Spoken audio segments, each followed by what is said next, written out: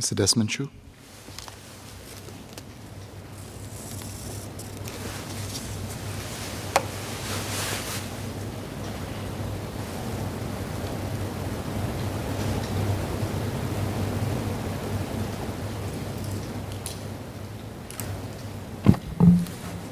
Mr. Speaker, sir, I stand in support of the bill. The world is gripped by an energy crisis. The natural gas has remained at multi-year highs with no clear signs of easing. The same applies for fossil fuels. With 95% of Singapore's electricity generated by natural gas, our electricity market is bearing the full brunt of this energy crunch. Electricity prices were highly volatile. The Uniform Singapore Energy Price, or USEP, recorded extremely volatile intraday figures in the past month. Now, this has forced several electricity retailers out of the open electricity market, OEM, so it is quite timely for us to discuss this bill on resilience. Now, this bill allows the Ministry and the Electricity Market Authority, or EMA, to robustly safeguard Singapore's energy security and resilience. Now, the amendments effect this in two ways. First, to enable the EMA to acquire, build, own, and operate critical infrastructure. Second, to empower the EMA to require licensees to reduce GHG emissions. I will address this in turn. Now, Mr. Speaker, high capex and the great energy transition have diminished investors' appetites to invest in gencos, at least in the short term. Now, therefore, EMA must be able to address failures in the private electricity market. The proposed amendment to empower EMA to acquire, build, and own this critical infrastructure will ensure that this energy supply remains resilient. However, it is not without concerns. Now, there are concerns that the EMA will potentially act both as a regulator and owner or operator of generation units. The Ministry has reiterated its commitment to ensure a competitive wholesale electricity market. I seek the Minister's clarification on the proper governance structures to mitigate against potential conflicts of interest. Now, next, on empowering the EMA to impose requirements to reduce GHG emissions.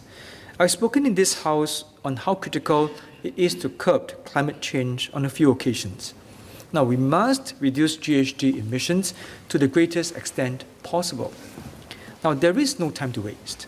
Now, emissions in Singapore are largely dominated by the energy sector. It accounts for 38% of the nation's carbon emissions in 2018. Thus, to help in combating climate change, we must lower carbon emissions by promoting energy efficiency within the energy sector. Now, the proposed amendment enables ENA with more tools to reduce GHG emissions. Now, for example, it can introduce policies to decarbonize electricity generation and mandate the uptake of cleaner technologies. Now, first, could the Ministry clarify if the EMA's efforts to reduce GHG emissions would necessarily translate into higher business costs for companies? And if so, what is the scale and extent? And in turn, does this also mean higher electricity tariffs for consumers? Now, if so, what is a longer-term strategy to soften this impact for consumers and businesses, especially the SMEs and lower-income households? Now, second, the existing energy efficiency grant for power generation companies now disburses grants up to 50% of qualifying costs for gencos to invest in energy-efficient technologies. Now, in 2020, 3 gencos were awarded a total of $23 million for energy-efficient projects. Now, these projects translate into taking about 9,200 vehicles off the roads annually. Now, however, my concern is that gencos might be constrained by the new policies while grappling with high price volatility. The high price volatility makes it difficult for them to forecast revenue streams and apportion funds to adopt greener technology. Now, the quantum of the grant might be insufficient to beef up the gencos' appetite to do so. We need to further incentivize and support gencos to switch to greener technologies. Now, clearly, increasing the quantum of the grant is one way, but not the only one. We can also introduce flexibility tied to energy price trends. This can allow the companies to plan and manage their cash flows better. Next, on the OEM, it was introduced in 2018 and many consumers benefited from competitive pricing and innovative offers. However, the price of natural gas in 2018 was half of what it is today.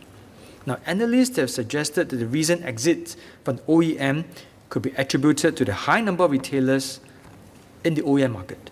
This makes them less able to reap economies of scale. It also makes it more difficult for retailers to build up financial reserves, reducing their ability to weather negative market conditions. Now, this global energy crunch will persist for some time, and the volatility will only be worsened by the shifting of investment to renewables and cleaner energy sources. Could the ministry share on its plans to support these OEMs while developing a more sustainable, longer-term framework? Perhaps there is scope to reduce the number of approved retailers to avoid disruptions to consumers. Now, Mr. Speaker, sir, the bill safeguards Singapore's energy security and resilience.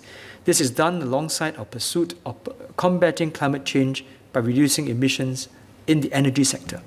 Yet, there are difficult trade-offs, not the least in terms of higher costs for businesses and consumers.